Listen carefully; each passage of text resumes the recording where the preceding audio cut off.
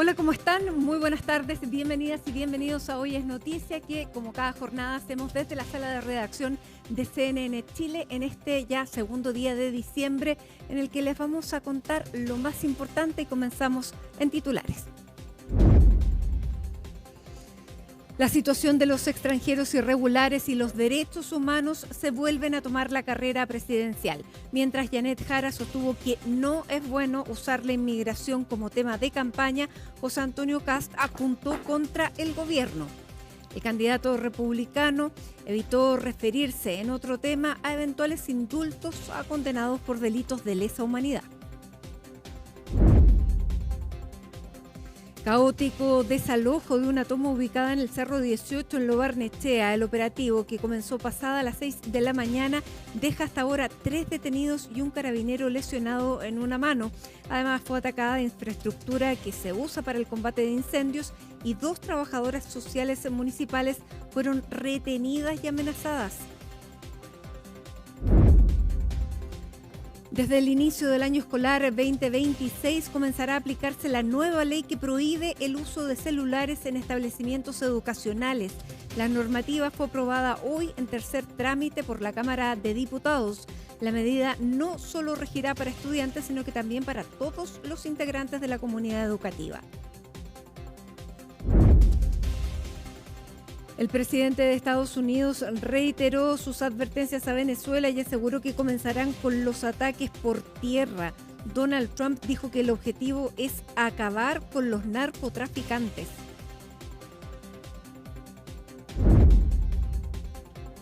Universidad de Chile comienza a despedir a Gustavo Álvarez con la obligación de ganar. En el último partido como local del entrenador, los azules reciben hoy al campeón Coquimbo Unido en el Estadio Santa Laura. Solo los 3 puntos lo mantienen en la lucha por el cupo directo a Copa Libertadores.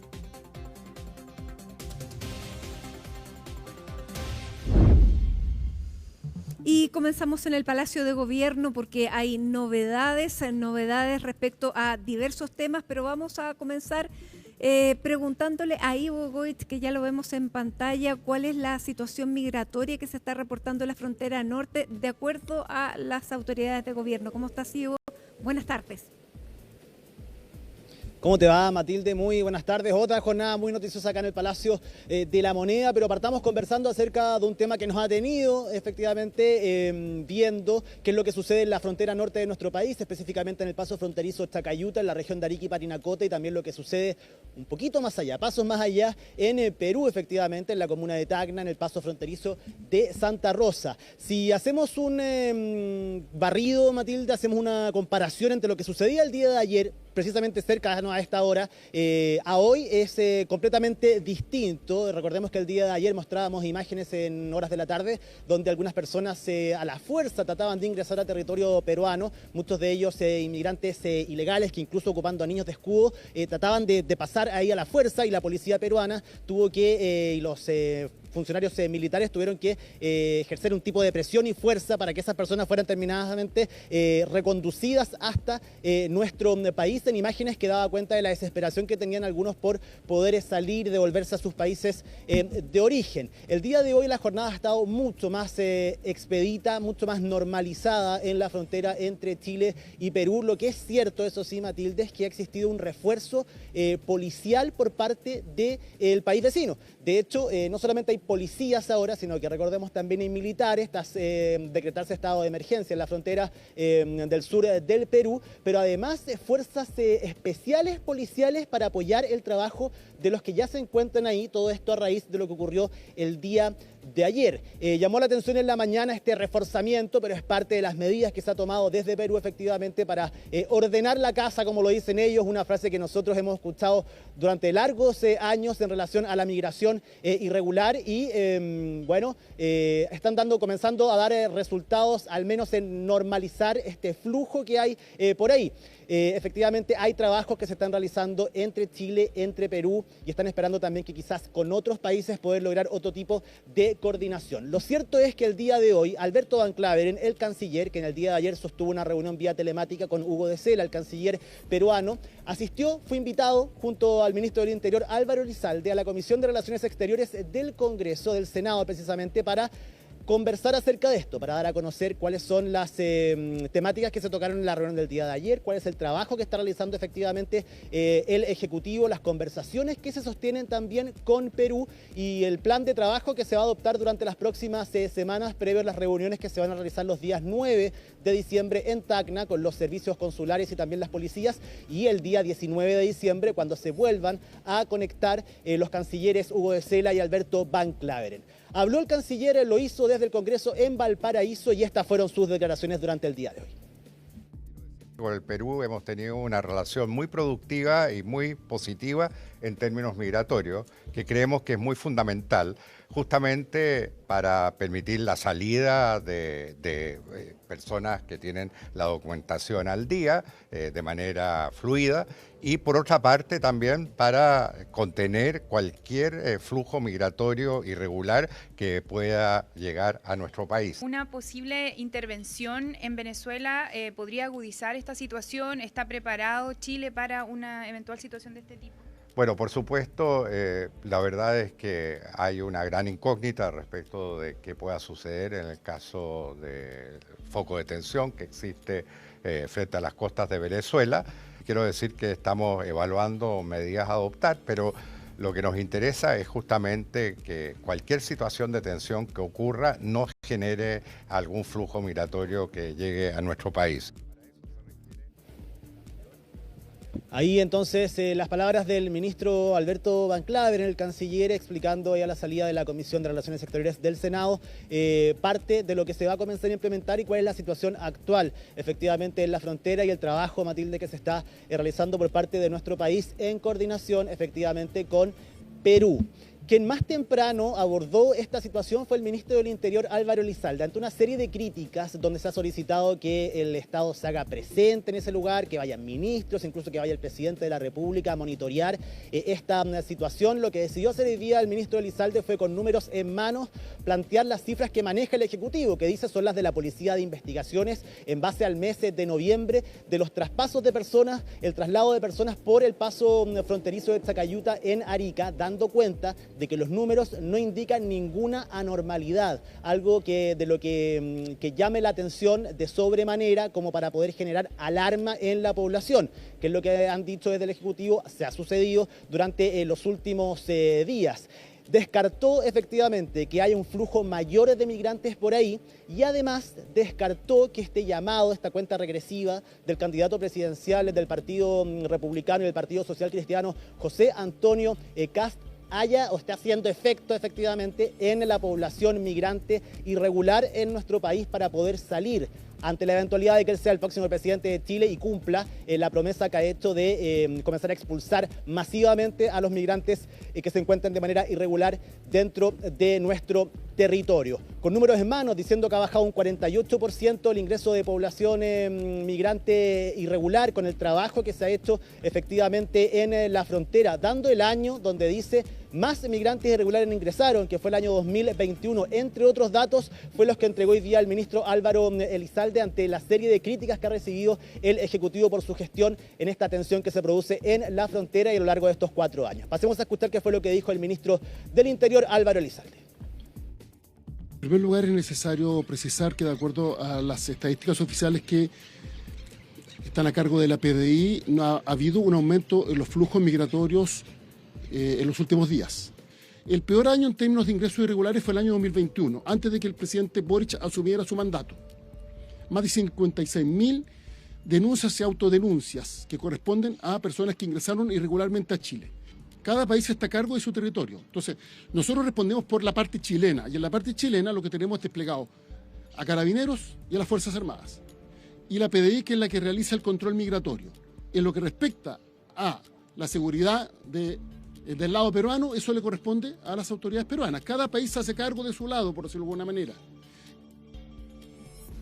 Ya, ¿por qué es importante lo que les decía de las cifras, Matilde, cifras que el ministro presentó el día de hoy? Porque el gobernador de la región de Arica y Parinacota, Diego Paco, ha estado también en el centro del debate y él ha solicitado que el presidente de la República vaya hasta su región para ver in situ lo que sucede en la frontera. Por otro lado, lo que ha hecho él el día de ayer fue mostrar este video de una situación que efectivamente ocurrió, que era la de los migrantes tratando de pasar a la fuerza hacia territorio peruano y siendo reconducidos finalmente por la policía peruana hasta territorio nacional. De hecho, el día de hoy el ministro Luis Cordero también criticó eso de algunas autoridades diciendo que no saben efectivamente cómo se maneja este tema. Algo que le molestó efectivamente al gobernador de Arica y Parinacota, pero que le respondió a través de redes sociales ¿a quién? Al ministro Álvaro Elizalde y a las cifras que escuchábamos recientemente. De hecho, pasemos a revisar esa publicación que hace en su cuenta de X Diego Paco, el gobernador de Arica y Parinacota, diciendo: ministro, no confunda, sus cifras son de salidas regulares.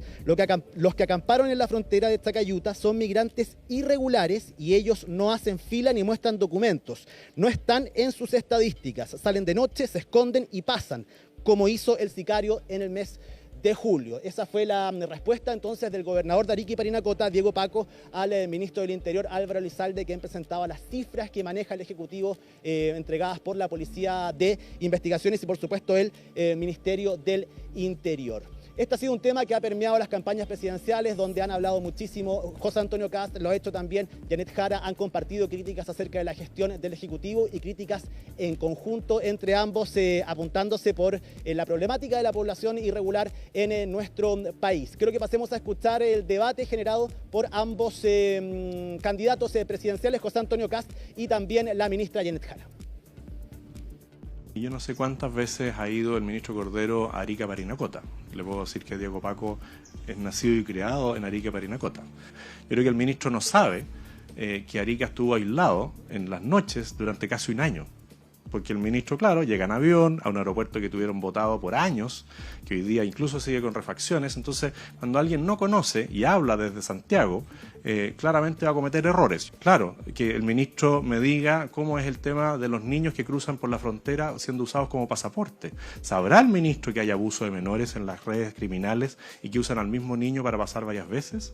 ¿Sabrá el ministro lo que está haciendo el Ministerio Público para tratar de enfrentar eso porque el Ministerio no lo hizo? Esperaría que el ministro tenga mucho más conocimientos en terreno antes de levantar la voz en contra de una autoridad que vive en la zona y conoce en el detalle lo que está ocurriendo. La medida que tomó Perú no tiene que ver solamente con la frontera con Chile. Yo creo que esto es importante también informarlo debidamente a la ciudadanía. La medida que tomó Perú tiene que ver con Ecuador, con Brasil, con Bolivia y con Chile, con los 4 países limítrofes.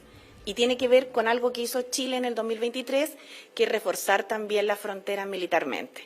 Creo que el gobierno actuó tarde, debió haber ido antes a conversar con el gobierno peruano, pero entiendo que esas conversaciones ya se están realizando y me alegra, porque los temas migratorios son bien serios y complejos y usarlos para campaña no es bueno para ningún candidato, y menos para el país.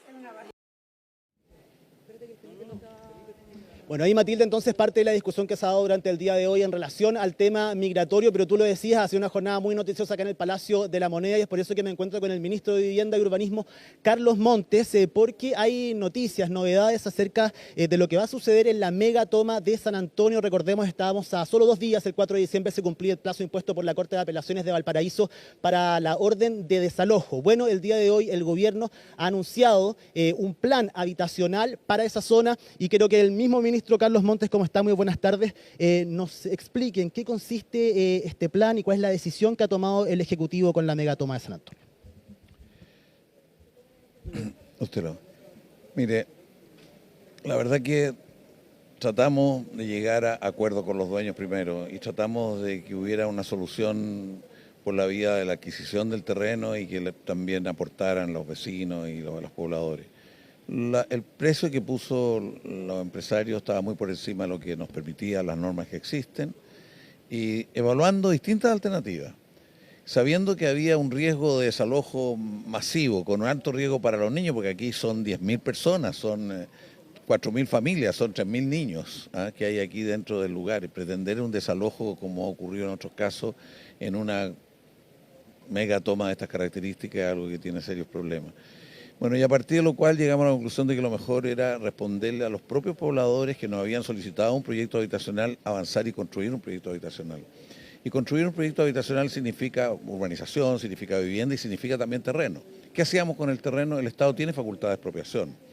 Y lo que hemos concluido es que aquí no corresponde más que la expropiación de una parte del terreno, no de las 215 hectáreas que están ocupadas, sino que de 100 hectáreas, y en esas 100 hectáreas pueden ubicarse las 3.700 familias, puede haber también vialidad interior, puede haber equipamiento comunitario, puede haber equipamiento público, distintas alternativas para organizar la vida.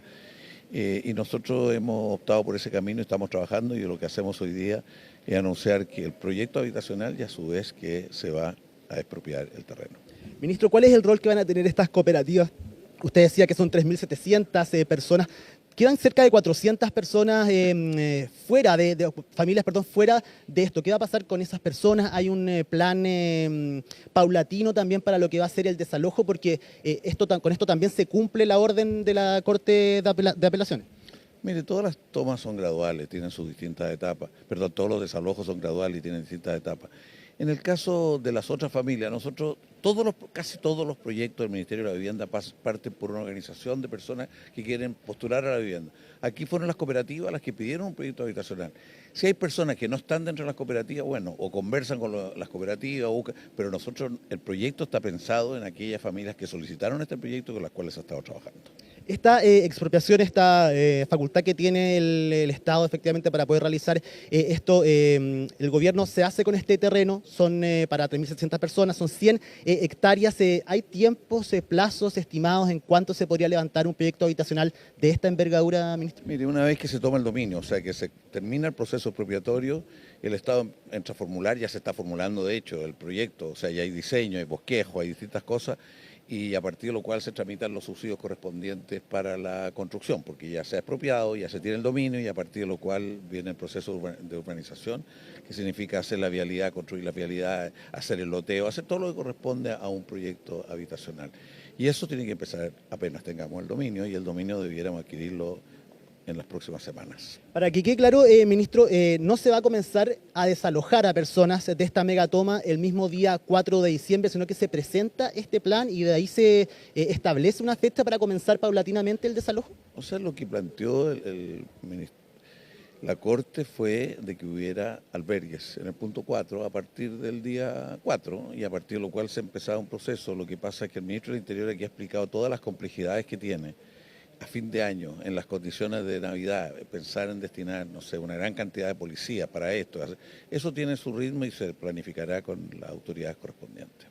¿Y hay capacidad para albergues? Ustedes lo escuchaban en el punto de prensa, ustedes decían en ninguna parte de Chile hay capacidad para 10.000 personas, porque efectivamente las 10.000 personas van a tener que ser desalojadas. No quiere decir que el Estado tenga este terreno y se queden ahí estas personas, sino que paulatinamente tienen que ser desalojadas estas 10.000 personas. ¿Dónde entran esas 10.000 personas? ¿Cómo? Estamos planteando una alternativa al desalojo de todas las familias, sino que aquellas familias que estaban en las cooperativas, con ellos hay un camino de proyecto habitacional y tenemos que avanzar. ¿Dónde se van a ubicar? Eso es parte de las discusiones permanentes de todo esto y tendrá que verse dentro del plan que se le presenta a la Corte. Pero hay capacidad para eso. Se está trabajando, imagino, con el municipio, entre el Estado. O sea, hay una comisión en la región, encabezada por el delegado regional, delegado presidencial regional, con los seremis correspondientes, con el municipio, construyendo las condiciones para el desalojo como ha ordenado la Corte, porque vamos a cumplir la ley. Y la voluntad de la contraparte, ministro, entiendo que esta es una facultad efectivamente del Estado, me imagino que no deben estar contentos, ellos pueden hacer algo, podrían frenar efectivamente algún proceso como esto, estoy aquí zanjado. No, estos son procesos complejos, no son así lineales. Sin embargo, nosotros tenemos ciertas facultades que la ley nos da y el Ministerio tiene toda una experiencia en expropiación y usaremos todas esas capacidades. ¿Era la solución que usted esperaba, ministro, al inicio de esto? O sea, dedicamos 6 meses, tuvimos equipos técnicos, muchas reuniones, muchos intentos, gastamos en tasaciones, en todo para llegar a un acuerdo con los dueños, pero finalmente los dueños tuvieron un precio que estaba muy por encima del valor comercial. Lo último, el mensaje que le entrega a las familias, ministro, porque evidentemente va a haber un desalojo inminente en alguna fecha para algunas familias, efectivamente. Puede que las que no estén al interior de las cooperativas presenten cierta resistencia también a salir de ahí. ¿Cuál es el mensaje que se entrega del Ejecutivo, teniendo en cuenta lo que vimos hoy día, por ejemplo, en la comuna de Los Barnechea y en otras tomas?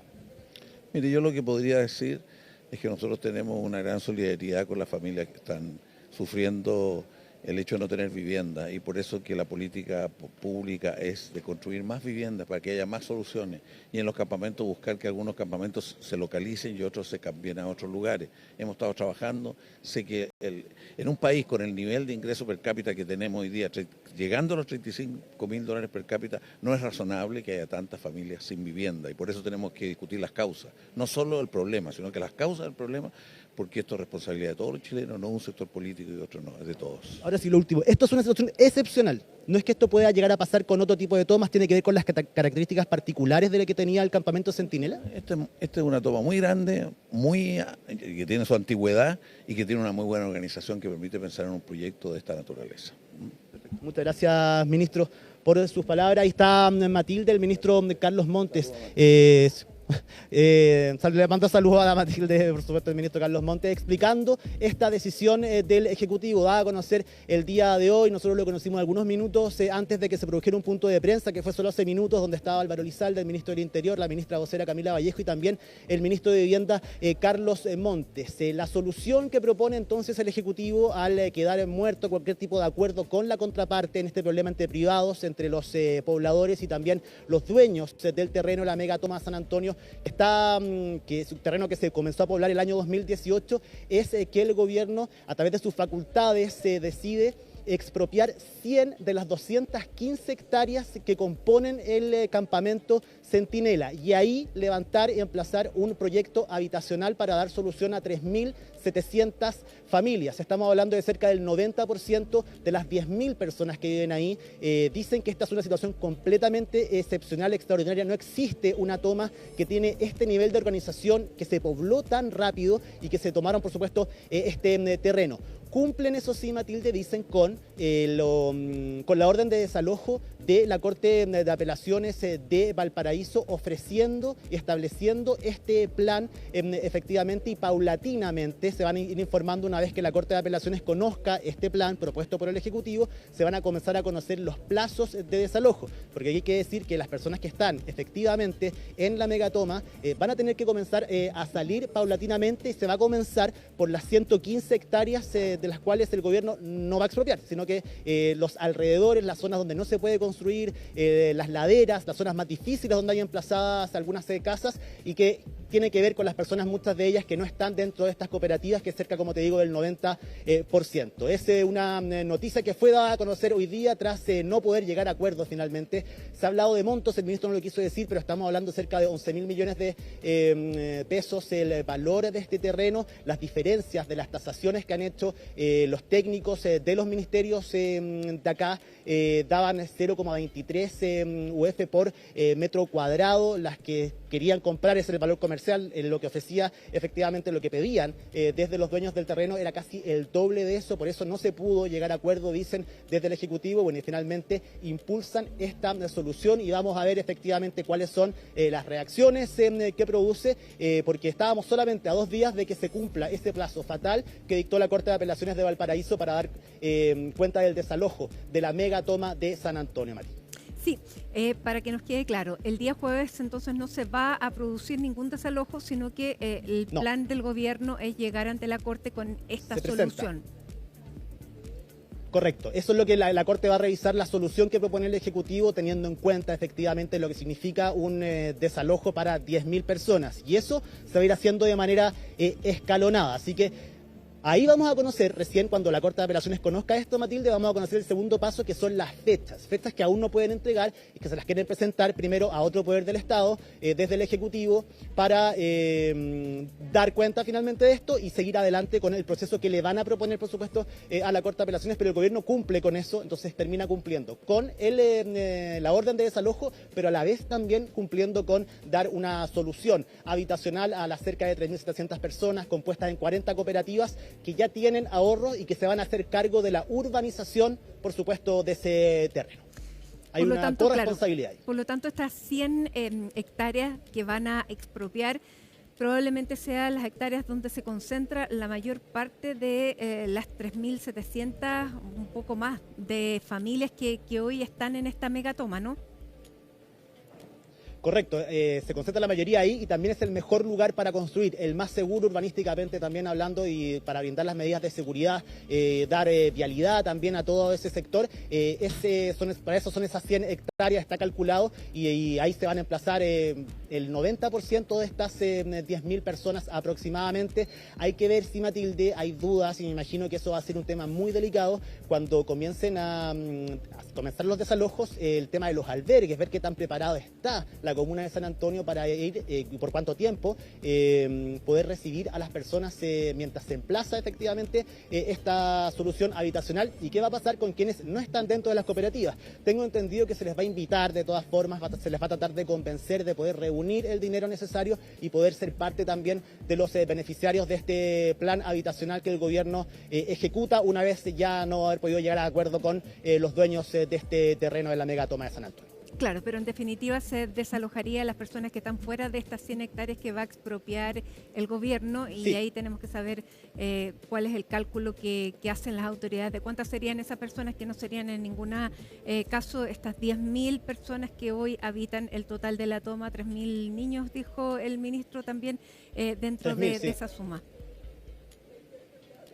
Así es, esa es la complejidad que tiene esto, por eso ellos hablan de una situación completamente excepcional por el tiempo, el poco tiempo en el que se pobló y la forma en la que se pobló esta megatoma, las construcciones que se levantaron ahí, el tiempo que llevaban, pero además de eso, la organización que tenían las familias que finalmente se organizaron en cooperativas y según lo que dicen las autoridades acá en el Palacio de Gobierno, fueron ellos quienes le piden al Ejecutivo que les dé una solución y llegan a esta, efectivamente. Acá hay una corresponsabilidad, va a depender también de las familias que esto se pueda cumplir, es por eso en lo que confía el Ejecutivo, pero dicho eso, es la decisión que toman, ocupar las facultades legales que tiene el Estado y expropiar entonces 100 de estas 215 hectáreas para levantar ahí una solución habitacional, un plan habitacional extraordinario para estas 3.700 familias.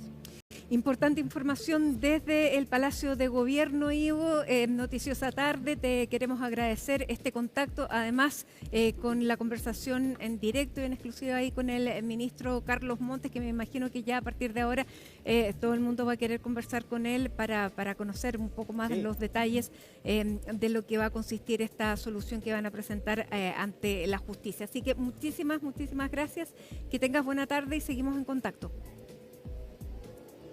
Estén muy bien, Mati, un abrazo. Hacemos un alto a esta hora en Hoy es Noticia. Les contamos que la temperatura de esta tarde a esta hora llega a los 30 grados con 4 décimas en una jornada en que los termómetros alcanzaron los 31 grados con 5 décimas a las 4:30 de la tarde. Con esta imagen de la capital hacemos una pausa en Hoy es Noticia para regresar con otros temas del día.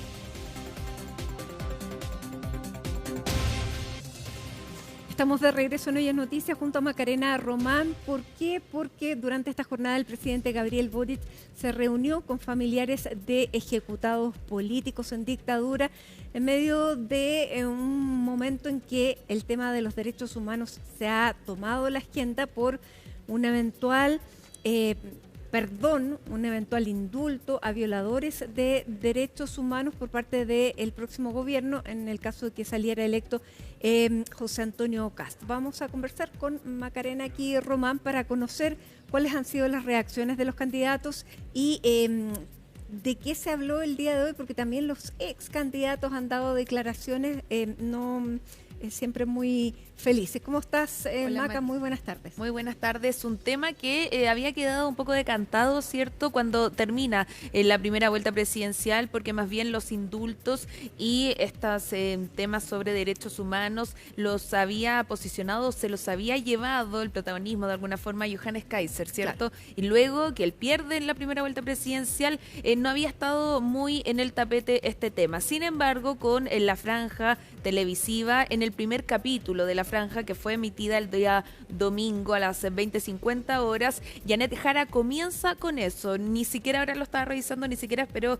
algunos segundos para hablar de otra cosa, va directamente a emplazar al candidato José Antonio Kast respecto a eventuales indultos. ¿Por qué? Porque ella da a conocer o a masificarse, ¿cierto?, nuevamente un video de José Antonio Kast en su carrera presidencial del 2017, es decir, de su primera carrera presidencial, donde donde se le pregunta si es que está de acuerdo con indultar a los presos de Punta Peuco, y él dice sí. Las preguntas eran, ¿cierto?, sí o no, y él dice sí, y eso obviamente entonces sale nuevamente a la luz a raíz de esta franja televisiva de Janet Jara. Y, y también porque cuando se le ha preguntado directamente, él dice que los temas de hoy son otros, escabulle la pregunta, contestarla directamente, pero él ha señalado en tanto este como otros temas que él no ha cambiado sus principios ni sus posiciones respecto a las posturas anteriores. Por lo tanto, claro, uno podría recurrir a esto, pero lo ideal sería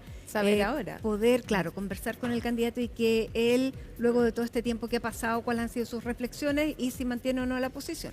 Totalmente, y él dice, estoy preocupado del futuro, pero sin duda también es interesante saber la postura de quien eventualmente nos gobernará, ¿cierto?, respecto a este tema. No son temas que dejen de importar por mucho que se esté preocupado, por supuesto, del futuro y de seguridad, que son temáticas relevantes en este minuto. Por otro lado, también no solamente el emplazamiento en sí vino desde el comando de Janet Jara, también desde el gobierno, a raíz de esta reunión que mantuvo el presidente, el ministro de Justicia y también la agrupación de ejecutados, de familiares de ejecutados políticos.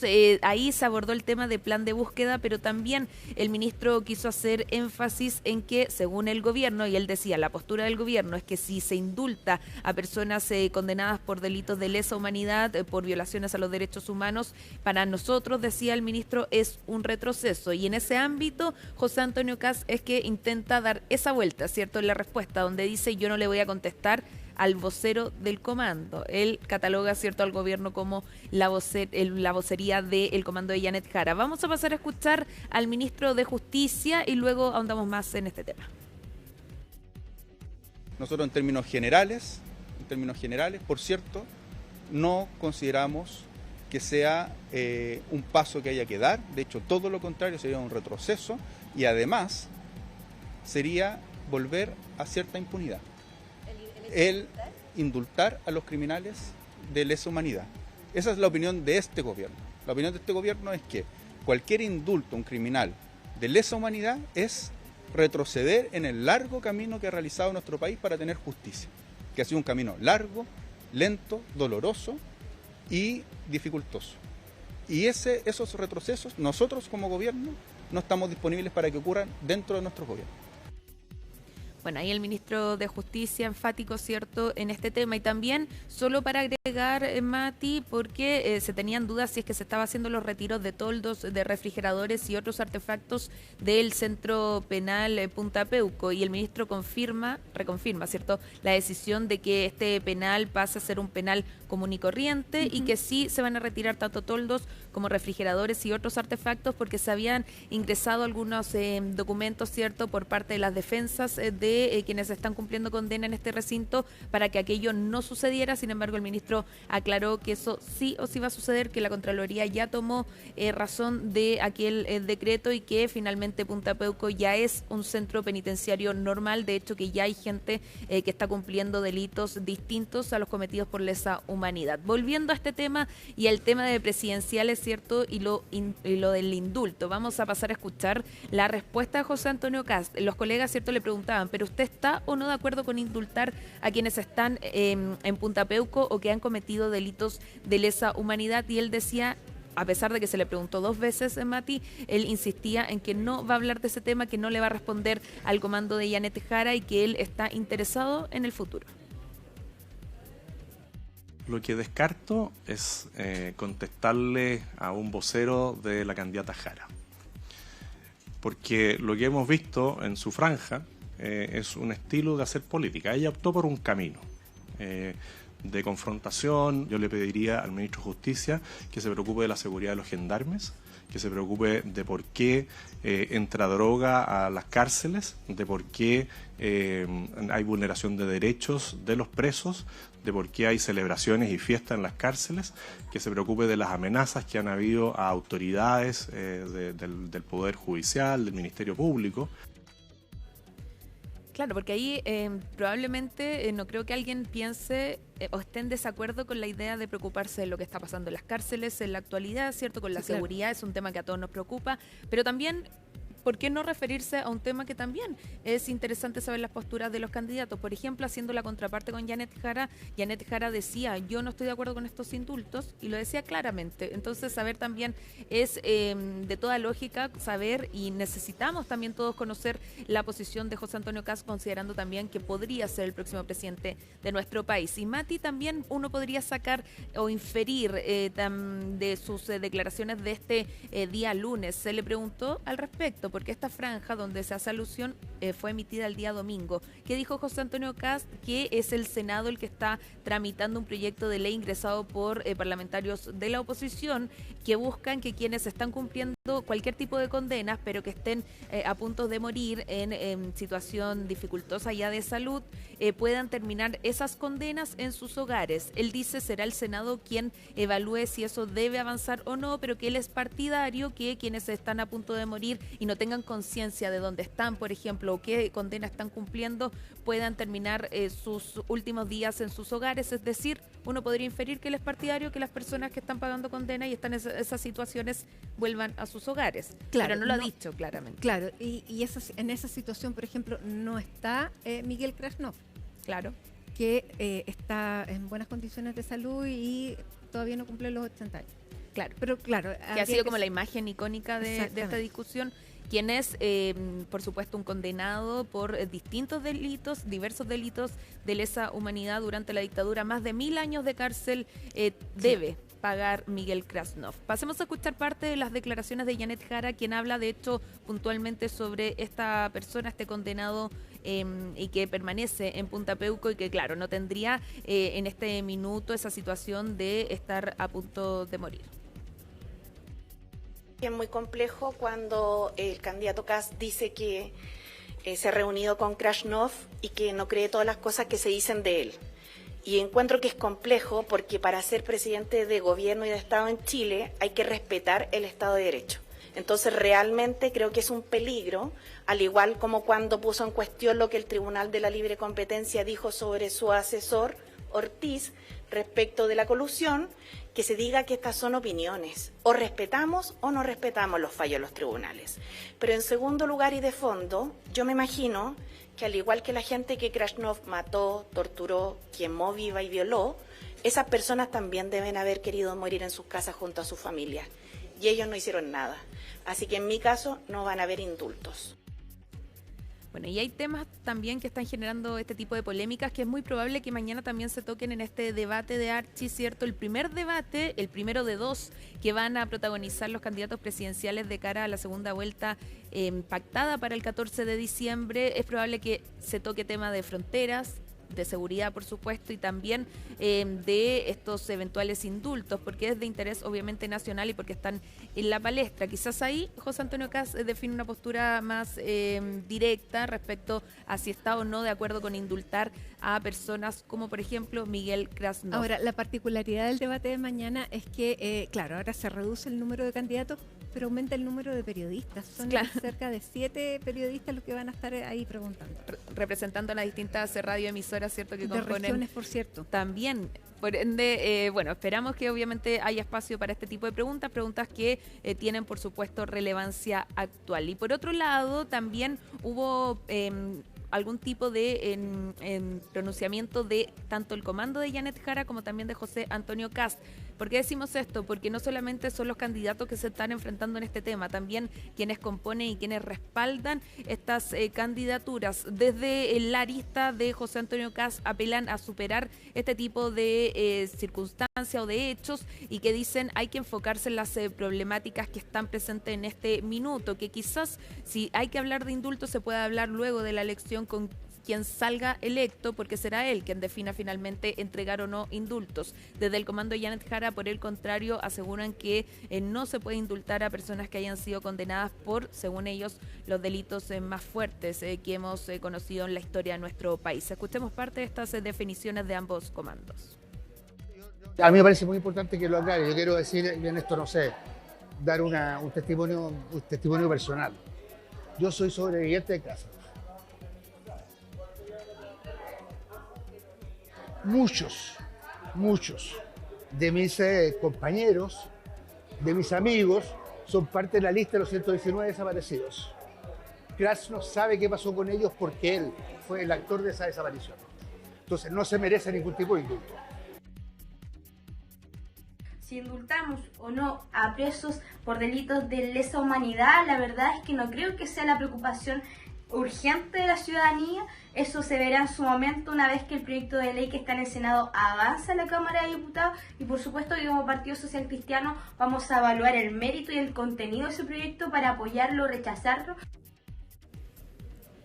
Bueno, ahí escuchábamos distintas posturas dentro de los comandos, cada uno por supuesto respaldando la estrategia de cada uno de los candidatos, que ya lo decíamos, se verán las caras este miércoles a partir de las 8 de la mañana, que habrá transmisión de nuestro canal también de este encuentro. El primero de dos pactados por los candidatos presidenciales, el primer cara a cara, porque obviamente asistieron los dos a un foro, pero que este sí tiene una tonalidad de debate donde se deberían enfrentar, ¿cierto?, las posturas que mantienen cada uno de los candidatos. Muy bien, vamos a estar atentas a ello. Por cierto, tenemos esta transmisión que comenta Macarena y después, por cierto, también el análisis. Muchísimas gracias, Maca.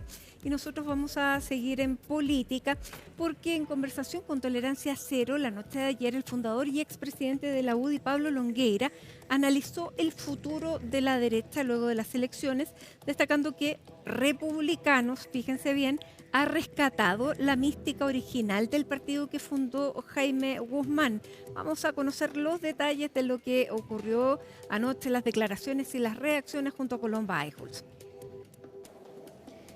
Muy buenas tardes, Mati. Así es, ya ha generado diversas reacciones la conversación que tuvo ayer el expresidente de la UDI, Pablo Longueira, con el panel de Tolerancia Cero, en donde se analizó la coyuntura electoral de cara a la segunda vuelta. Ya quedan pocos días y es por eso que abordó una vieja polémica que instaló, de hecho, el propio Partido Republicano hace un par de meses, cuando todavía competían 8 abanderados para llegar a la moneda. Uno de esos, la exalcaldesa de Providencia, Evelyn Matei. Aquella polémica entonces se había instalado en su momento por la propia secretaria general del Partido Republicano, Ruth Hurtado, quien en CNN Prime había asegurado que si Jaime Guzmán estuviese vivo votaría por José Antonio Kast, lo que provocó roces entre la UDI y el Partido Republicano. De hecho, la UDI en su momento había solicitado para que Ruth Hurtado pidiera disculpas públicas por haber utilizado una figura tan emblemática como es Jaime Guzmán para el gremialismo. Eso entonces se abordó con el ex senador y expresidente de la UDI, Pablo Longueira, justamente en Tolerancia Cero aquí en CNN Chile, donde además decía el expresidente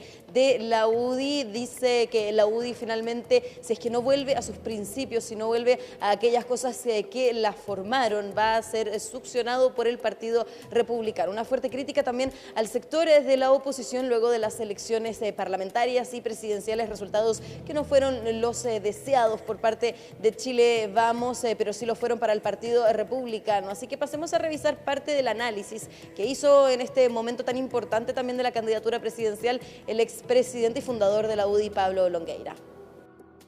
Yo creo que Republicano ha rescatado mucho de la mística original de la UDI, ¿ya? Es muy difícil para los partidos políticos conservar los fundamentos originales, ¿ya? No es fácil, le ocurre a la democracia cristiana, le ocurre al PPD, le ocurre a la UDI, son partidos que nacen en coyunturas, algunos nacen con un liderazgo. Sí, me suena un sí. Me suena que Republicano sí representa más. Sí, para los jóvenes, por ejemplo, mucho más republicano que la UDI. La UDI representa el espíritu de Guzmán. Sí, efectivamente. Si la UDI no vuelve a sus orígenes, creo que corre el riesgo de ser succionado por republicanos. Bueno, un análisis que no quiso abordar el candidato presidencial José Antonio Kast, pese a que decía Pablo Longueira, si Jaime Guzmán estuviese vivo, sería un voto que favorecería a la candidatura del candidato del Partido Republicano, quien durante esta mañana sostuvo un punto de prensa en donde justamente decidió no abordar este punto político, podríamos decir, porque decía su candidatura y su campaña está concentrada en abordar temas de migración, temas de seguridad y educación, que de hecho era el punto de prensa para el cual fueron convocados los directores, de los liceos bicentenarios. Ahora, quien sí abordó justamente esta polémica, o bien los dichos de Pablo Longueira a pocos días de la segunda vuelta presidencial, fue justamente el presidente de la UDI, Arturo Esquella, senador electo por la región de Valparaíso, que recordemos también sus inicios se enmarcan en el gremialismo, creció, ¿no es cierto?, al igual que José Antonio Kast, en ese partido que de hecho hoy también va a celebrar junto a Pablo Longueira en una reunión, en una celebración en el centro de Santiago con muchos exdirigentes, exministros, para justamente hacer una instancia de camaradería con el ex senador Pablo Longueira. Así que vamos también a pasar a revisar cuáles fueron las declaraciones del presidente del Partido Republicano, Arturo Esquella, sobre este análisis que hizo entonces el ex senador y ex ministro Pablo Longueira. Todo lo que nos costó cerrar esa polémica va a caer de nuevo lo mismo. En ningún caso lo hemos conversado con las fuerzas políticas, particularmente con la UDI, con quienes hemos estado trabajando intensamente durante estos días, desplegándonos en todo Chile, y la verdad es que a estas alturas el revivir una polémica que en un momento, cuando estábamos en disputa, cuando había competencia, tenía una connotación, hoy día es algo que queda simplemente como un comentario de una persona muy admirada por de pronto, ya que me pasó su segunda pregunta, por muchas personas, al punto que le van a celebrar una comida de desagravio. En lo personal no tengo contemplado participar, pero esperamos que sea una muy buena celebración, que se puedan reunir todos los amigos y colaboradores del ex senador Longueira, ex ministro, y seguir adelante nosotros teniendo el foco siempre bien puesto en el 14 de diciembre.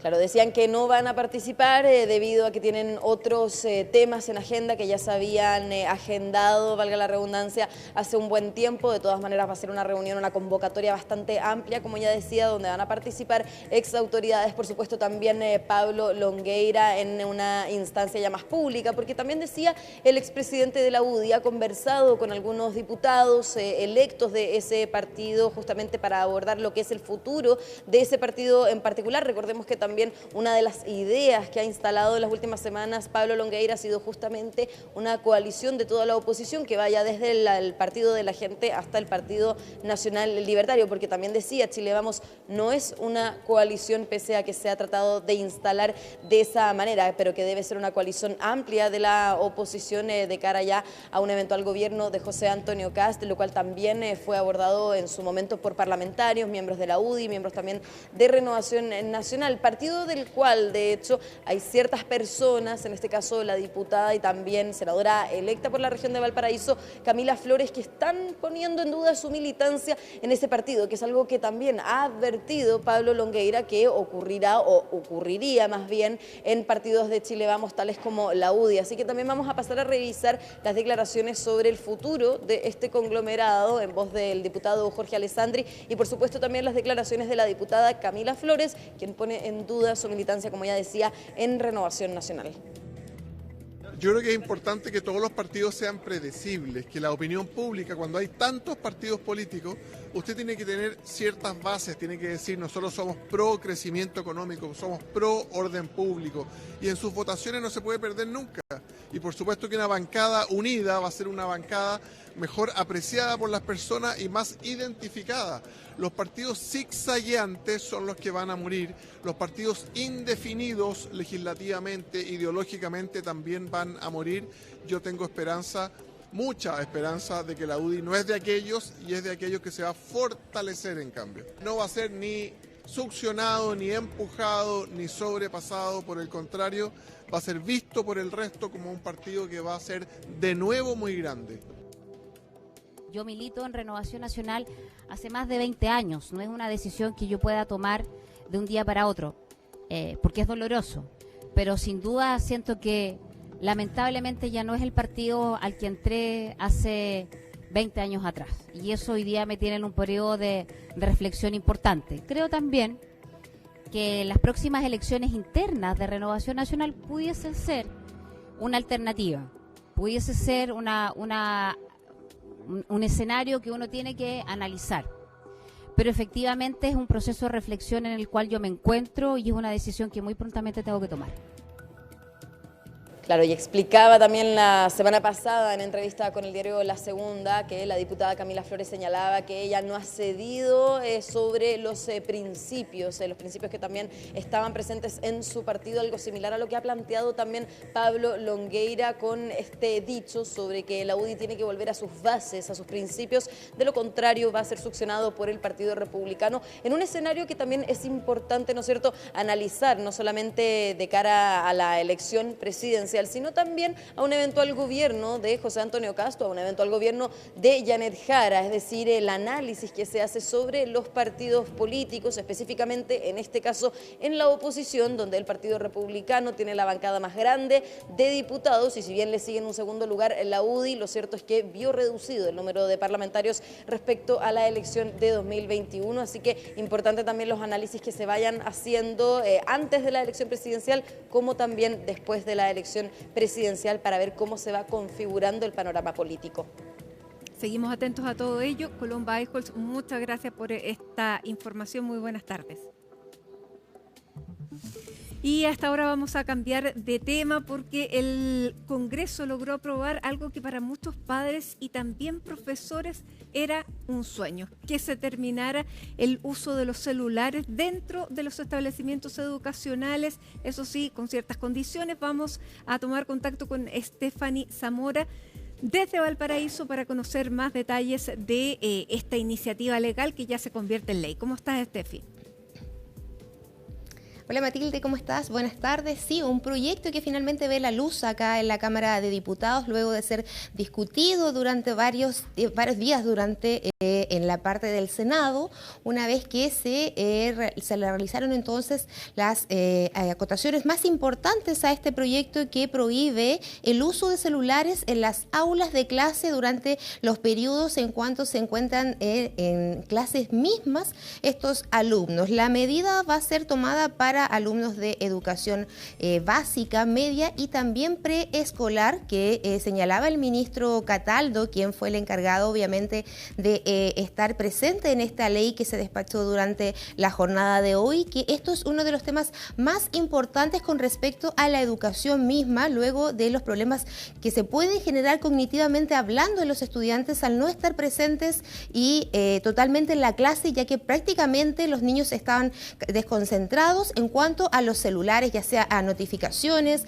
a mensajes, a estar en redes sociales, diferentes temas que los sacaban en el fondo de lo que eran las clases en sí y también afectaban el tema cognitivo, en el tema educacional, de cuánto aprendían los jóvenes, y es un tema que se ha visto que ha ido aumentando en paso de los años, luego que incluso ya menores de hasta 6, 7 años incluso llevaban celulares al colegio. Por su parte los padres decían que era para mantener un tema de seguridad y estar en contacto con ellos, pero los niños obviamente los sacaban en horarios de clase cuando no correspondían, cuando se encontraban en medio de una explicación por parte de los profesores, y eso también entonces afectaba tanto a la comunidad escolar en cuanto a los alumnos que aprendían menos y también a los profesores que se veían en esta dificultad a diario de tener que lidiar con los jóvenes y con los niños que sacaban celulares entonces en los horarios de clase. Esta es una ley que por supuesto tiene que ser despachada, que fue despachada pero que tiene que ser entonces ahora anunciada por el gobierno para que se decrete como ley como tal. Sin embargo, ya está todo ok, así lo refería el ministro Cataldo, que pasemos a escuchar declaraciones entonces que señaló durante esta jornada en el Congreso Nacional. El uso de celulares es un flagelo. Es un flagelo que no tiene control y que hoy día se constituye en una de las principales pandemias que afectan a nuestros niños y niñas y jóvenes, no solamente en Chile, a nivel mundial. Esto tampoco se trata de suprimir cualquier tipo de interacción con la herramienta del celular. Por otro lado, habilitando a que los propios establecimientos educacionales formulen a través de su reglamento interno la forma en que se establecen los usos específicos, donde el rol del director y directora va a ser importante, donde también se regula para los trabajadores y trabajadoras de la educación. Si las familias no se apropian de esto, la verdad es que el alcance que tendrá en el espacio escolar va a ser limitado y no va a ser efectivo. Necesitamos que nos comprometamos todos en ir erradicando, sobre todo en la primera etapa de desarrollo de las personas, el uso de los celulares como una herramienta que finalmente solo genera efectos perniciosos cuando éstas no están suficientemente reguladas para su correcto uso. Claro, ahí lo anunciaba entonces el ministro de Educación. Sin embargo, también señala una parte que es bastante importante, que es el trabajo que deberán hacer los padres también en casa en cuanto a la educación que le deberán dar a sus hijos para el uso de estos celulares. Si bien van a poder, hay excepciones en las que van a poder ocupar el celular, como por ejemplo en caso de una catástrofe, en caso de algún tipo de emergencia, o si los padres solicitan a la dirección del establecimiento educacional a que puedan tener una comunicación directa con el alumno dependiendo de que obviamente con un justificativo que dé la oportunidad de poder mantener esta relación en cuanto el alumno y sus padres, pero esas serían las únicas opciones y en cuanto a las que se puede pedir permiso para poder ocupar el celular. También hay otras en cuanto al tema educacional, por ejemplo, cuando se solicite algún tema que se vaya a tratar en la sala de clases con respecto a los celulares y que se les permita por parte del directorio del establecimiento, entonces en esta clase en particular, ocupar el teléfono celular. Es algunas de las medidas que también se implementan para poder dar uso a esto, pero como lo decía el ministro, todo viene también por una parte desde la casa para que los padres también le informen a sus alumnos, a sus hijos en este caso, que no pueden ocupar el celular en salas de clase, sobre todo a los menores, que prácticamente no lo lleven mejor y que se empiecen a acostumbrar de a poco a lo que va a ser este reglamento que se va a instaurar en las aulas a contar del próximo año 2026. Es una medida que se despacha ahora, pero que comienza a regir desde el próximo año. Incluso tienen hasta junio del próximo año ya los establecimientos para estar claros con esta medida y ver los protocolos que se van a ocupar en cada colegio con respecto al uso, al no uso prácticamente de los celulares y solamente habilitarlos en estas emergencias que les decía yo hace un momento atrás. Hablamos también con parlamentarios que estuvieron a cargo de esta discusión del proyecto de ley. Pasemos a escuchar declaraciones por parte de ellos. Hay establecimientos que ya tienen esto, pero lamentablemente tuvimos que hacerlo ley para que sea una obligación a través de un reglamento. Eso yo creo que es sumamente importante, un reglamento en donde participa la comunidad educativa. Por lo tanto, todos los colegios, de acuerdo a sus realidades, van a tener este reglamento. Y esto lo que va a significar es la prohibición del uso celular con uso recreativo en la sala de clase. No es posible que los niños, mientras el profesor esté entregando la materia, los niños o los jóvenes estén con el celular bajo de su pupitre jugando o chateando o mirando internet. Hay excepciones también en caso de niños con alguna condición que necesiten el celular, por ejemplo, para tomarse los medicamentos, por un tema a lo mejor de algunos padres que digan por un tema de seguridad. En fin, hay una serie de excepciones que se pueden hacer en este reglamento. Creemos que esto es una buena noticia, creemos que es una buena manera de ir canalizando las situaciones que se viven en el aula. Uno que ha sido profesor lo ha vivido también, y también existen excepciones a la regla, como por ejemplo en caso de enfermedad, aprobación de los apoderados, aprobación de la misma directora o directora del establecimiento educativo. Pero en esencia lo que significa esto es poder volver a concentrar todos los elementos necesarios para un buen desarrollo y armónico desarrollo pedagógico, ¿no? Creo yo que este es un paso más que de una u otra forma ayuda y coayuda a la educación en nuestro país, a brindar mejor calidad educativa. Claro, es una medida que se va a tomar entonces, como les decía yo, que debe estar implementada desde el próximo 30 de junio del año 2026. Ya debiesen tener todos los colegios los protocolos establecidos para ver cómo va a ser el uso reglamentario de este celular, sobre todo en la enseñanza media, donde los jóvenes van a poder tener el celular, pero solamente en los espacios recreativos, en los recreos, en situaciones como el almuerzo también. Eso lo va a determinar, por supuesto, cada establecimiento, pero es una de las medidas que estaba señalando también por parte del Ministerio de Educación en cuanto a lo que va a ser el uso de este celular. Como les decía yo, también los profesores son una parte importante de esta situación, ya que agradecen esto para poder llevar a cabo las clases de mejor manera. Era bastante complicado a veces controlar a los niños que se encontraban en celulares, que estaban jugando prácticamente durante las horas de clase, que los sacaban en momentos incómodos, que los audios se reproducían fuerte cuando estaban haciendo una explicación importante sobre algún tipo de asignatura. Entonces todo esto también lleva a favorecer a los profesores a la hora de educar tanto a la enseñanza básica como la media, pero obviamente acatando ahora entonces estas normas que ya van a ser despachadas. Hablamos también con el presidente del Colegio de Profesores, Mario Aguilar, quien también nos señaló su punto de vista con respecto a la aprobación de esta ley. Escuchemos. A nosotros nos parece necesario que exista una regulación sobre el uso de los celulares, pero particularmente basado más que en una actitud punitiva frente al tema, en una actitud pedagógica. Es decir, el celular y en general las pantallas, digamos, muchas veces operan como distractores, y además hay estudios que se han ido ya desarrollando sobre el tema en donde se evidencia que tienen un efecto negativo sobre los aprendizajes. Por lo tanto, nos parece que tiene que haber regulación y tiene que haber limitación en el uso de las pantallas por parte de niños muy menores, y por lo tanto también en el sistema educacional esto debe estar regulado. Claro, una iniciativa entonces que también va a ser catalogada por el gobierno, que va a tener que ser revisada durante los próximos años, donde se va a hacer obviamente una revisión de lo que hicieron los protocolos en cuanto a los establecimientos educacionales, cómo ha funcionado esto, la convivencia escolar, cómo ha mejorado la educación en sí, cómo ha estado el tema cognitivo de los niños en cuanto a la diferencia que sucede ahora con el uso de los celulares, y ya durante el próximo año cuando se implemente entonces esta medida, esta ley ya, que les va a permitir solamente ocuparlo en espacios recreacionales. El llamado, como siempre les decía, era a los padres, en el caso de los niños de básica, que tomen las medidas correspondientes, que les enseñen a sus niños a que no van a poder ocupar el teléfono en las aulas, y en el caso de la educación media, que ya son jóvenes que obviamente ocupan el celular más a diario con otro tipo de medidas para poder utilizarlo durante la jornada, van a tener estos espacios libres, pero siempre en el espacio de recreos o los almuerzos, donde no se distraiga tampoco a los alumnos que los acompañan en la sala, ni tampoco al profesorado que va a estar a cargo entonces de dictar cada una de las asignaturas, y así todo puede ser mucho mejor a la hora de enseñar y también de aprender por parte de los estudiantes, Matilde. Sí, Estefanía, y no solamente eso, porque ya hay colegios que sin esta ley lo han comenzado a aplicar y los niños comienzan a mirarse, a hablarse.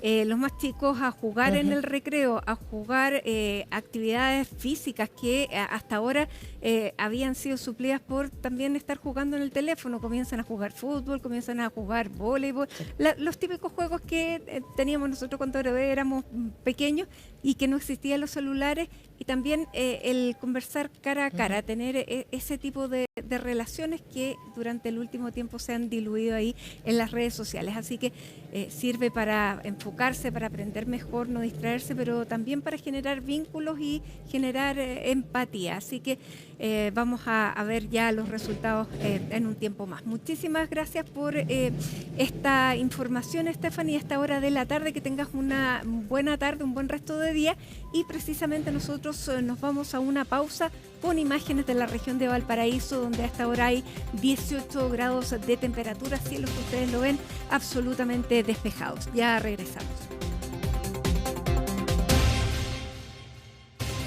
6 de la tarde con 36 minutos. Les contamos que hoy comenzaron los alegatos de clausura del juicio que se está llevando a cabo contra el exteniente coronel de Carabineros Claudio Crespo, quien está acusado por las lesiones que dejaron ciego a el diputado electo Gustavo Gatica durante el estallido social. Vamos a revisar todos los detalles junto a Pablo Figueroa. Hola, Pablo.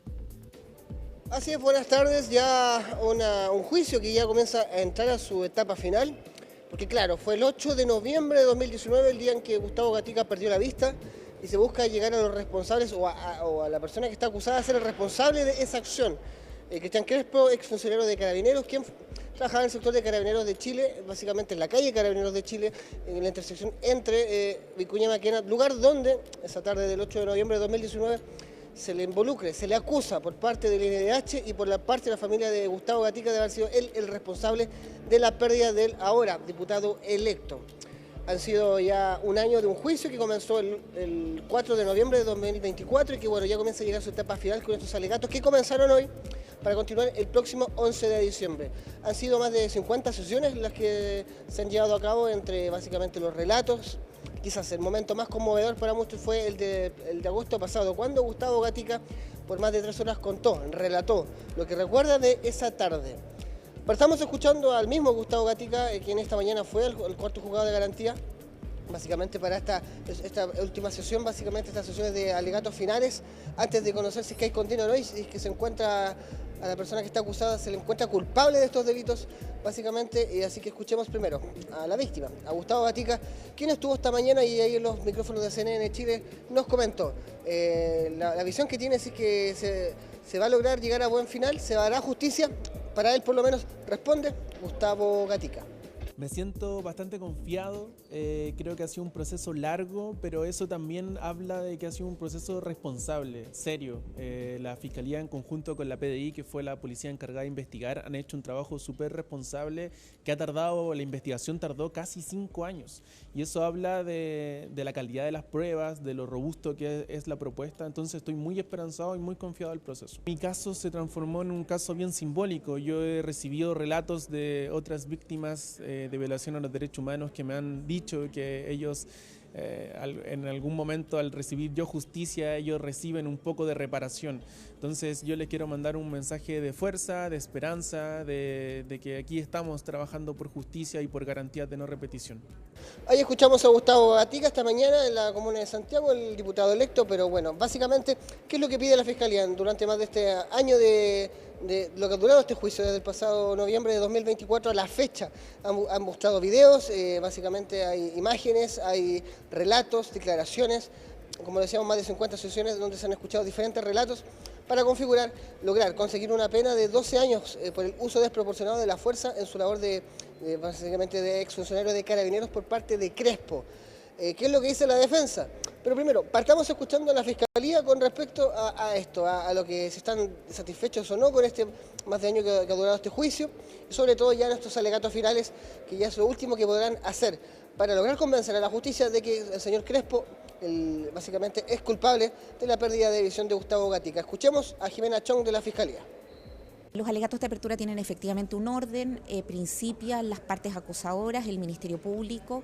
Hoy día alcanzamos a los primeros argumentos en relación con la petición de condena que estamos en esta causa sosteniendo. Durante las próximas jornadas vamos a exhibir los restantes elementos de prueba producidos durante el periodo correspondiente que a nuestro juicio acreditan, como hemos señalado, la responsabilidad del señor Claudio Crespo Guzmán. Nosotros no vamos a polemizar ahora con algunas afirmaciones que ya ha hecho la defensa. Nos parece que el momento para entregar los elementos de prueba que ya fueron producidos y que el tribunal conoce es justamente la jornada siguiente de los alegatos de clausura. Ahí escuchamos a la fiscal Jimena Chong, en donde al final de las declaraciones hacía referencia a que no quiere entrar en polémica. ¿Cuál es la polémica?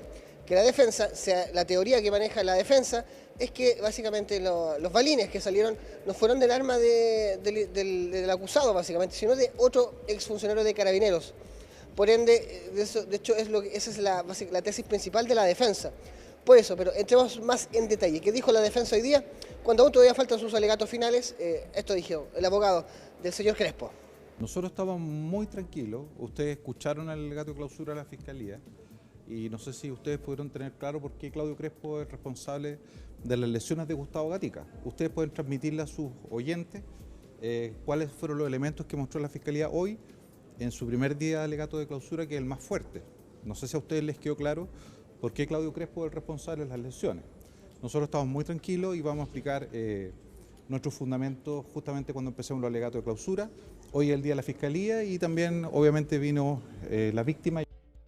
Ahí escuchamos a la defensa de Claudio Crespo, básicamente con esta teoría que han dicho ellos, que es la que maneja la defensa, que es que básicamente los perdigones no salieron los balines, no salieron del arma de Crespo, básicamente. Esa es la teoría. Pero ¿qué es lo que debe conseguir la Fiscalía para conseguir los 12 años que busca para Claudio Crespo? Básicamente tiene que tener pruebas fehacientes y que sean contundentes para lograr esto, porque también se busca 12 años. Porque cuando si se llega a encontrar culpable y se le da 12 años a Crespo, recién a los 6 años puede llegar a tener privilegios, básicamente. Eso es cárcel efectiva. Se busca que la pena sea alto por ello. Pero para que alguien nos explique mejor qué es lo que debe buscar la Fiscalía, escuchamos a un académico de la Universidad Central que ha seguido el caso y nos explica más claramente, de forma didáctica, qué es lo que se está buscando ahora y qué es lo que va a pasar de aquí al 9 de enero. Esto es una cuestión de pruebas, una cuestión probatoria. Por lo tanto, las audiencias lo que han buscado es demostrar que con antecedentes probatorios, esto es, me imagino que pruebas de testigos, pruebas documentales, pruebas periciales, etcétera, demostrarle al tribunal que efectivamente lo que el Ministerio Público imputa al ex carabinero señor Crespo ocurrió como lo señala la acusación. Si esto lo logran demostrar ante el tribunal oral con un estándar probatorio importante, esto es, comillas, más allá de toda duda razonable, cierre comillas, el tribunal va a tener por establecida esa conducta y por lo tanto podríamos encontrarnos en un eventual escenario de veredicto de condena. Ahí está, una explicación de parte de un académico con respecto a un juicio que comenzó el 4 de noviembre, para un hecho que fue el 8 de noviembre de 2019, más de un año de un juicio que va a llegar a su final, que podríamos tener una resolución el 9 de enero, pero podría alargarse incluso hasta la primera semana de febrero. 6 años después se podría llegar a tener justicia para Gustavo Gatica. Buenas tardes. Bien, Pablo, muy buenas tardes. Seguimos atentos entonces al desarrollo de este juicio.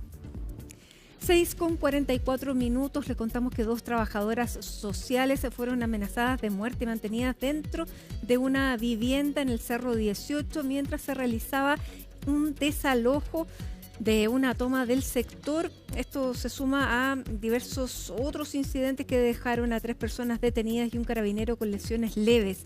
Desde el municipio de Lo Barnechea informaron que ambas trabajadoras sociales lograron salir del lugar y recibieron atención del equipo de psicólogas de la unidad de víctimas. Recordemos que si bien el desalojo se efectuó esta mañana, anoche hubo incidentes cuando vecinos del lugar encendieron barricadas, rompieron parte de la reja perimetral del sector e incluso abrieron las llaves de 2 piscinas destinadas a la contención de incendios. La intervención se llevó a cabo para cumplir con un decreto municipal que declaró inhabitable la zona y afectó a cerca de 30 familias que mantenían viviendas levantadas de forma irregular desde el año 2019. La municipalidad viene trabajando hace mucho tiempo con las familias, se incluyó a Techos, se incluyó a la delegación presidencial y también el Instituto Nacional de Derechos Humanos, porque tenemos una toma, un asentamiento precario que ya viene hace 3, 4, 5 años en un sector alto.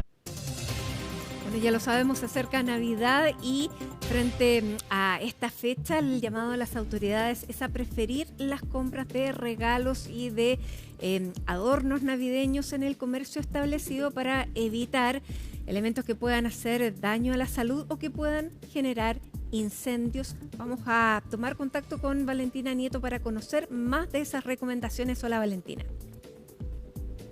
Hola, ¿cómo estás? Muy buenas tardes. Así es, ya comenzó diciembre y ya hay muchas personas que están aprovechando de adelantar la compra de regalos y es por eso que desde los gremios y particularmente desde la Cámara Nacional de Comercio han hecho un llamado a los consumidores a poder preferir siempre el comercio establecido y sobre todo los productos que están verificados. Decían, ¿en qué se debe poner atención cuando usted va a comprar algún regalo? En primer lugar, el etiquetado, el rotulado, que esté bien especificado cuáles son los componentes de, por ejemplo, los cosméticos, las pinturas de uñas, pero también poner atención en otro tipo de productos como la ropa, los peluches, los juguetes, sobre todo por el daño que puede llegar a tener a la salud. Parte de lo que decían desde la Cámara Nacional de Comercio es que la venta de productos de manera ilegal, estos productos falsificados, daña no solamente las ventas para los comerciantes establecidos, sino que también,